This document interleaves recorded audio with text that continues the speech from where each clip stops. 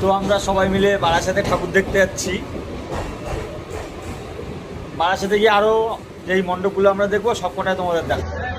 আমরা এখন পাইনিয়ার পার্কে ঢুকছি। বারাসাত কি সুন্দর দেখো, লাইটিংটা খুব ভালো লাগছে, পুরোটাই লাইটিং। সবই দেখবে আছে, না থাকলে পয়সা নিয়ে যায়, বিদেশি না হলে পয়সা ডবল ফেটে যায়। অনেকক্ষণ ঘুরবো, একটু খিদা পাচ্ছে, গাছে মোমো খেয়ে নিচ্ছি। বারাসাত নবপল্লী, যেটা হলো তারকা মন্দির বানিয়েছে, 1 ঘন্টা লাইন দিতে হবে, 1 ঘন্টা। আমরা লাইনে আছি দাঁড়িয়ে, দেখা কত লোক দাঁড়িয়ে আছে। দেখো দেখো দেখো, এখন রাত কটা বাজে বলুন? এখন বাজে 3:10। ওই দেখো লাইন, আর সামনেটা দেখো, ওই যে গেট।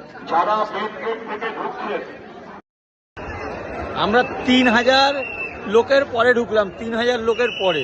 আমরা হলাম 3001 নম্বর, 2 নম্বর। ঠিক আছে, আমরা ঘুরছি, ভালো মজা। 1 ঘন্টা লাইন দিয়ে, 1 ঘন্টা লাইন দিয়ে আমরা ঢুকবো এখন। 1 ঘন্টা লাইন দিয়ে আমরা ঢুকবো এখন ভিতরে। ভিতরটা সত্যি অসাধারণ একটা ভিউ, ভিতরটা সুন্দর লাগছে, সুন্দর।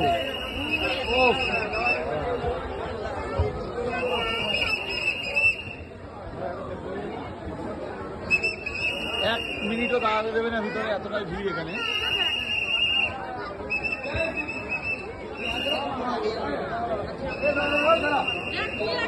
হ্যাঁ, নতুন ইউনিক কিছু একটা, যেহেতু তারকা বাঙালিকে হেভি লাগছে।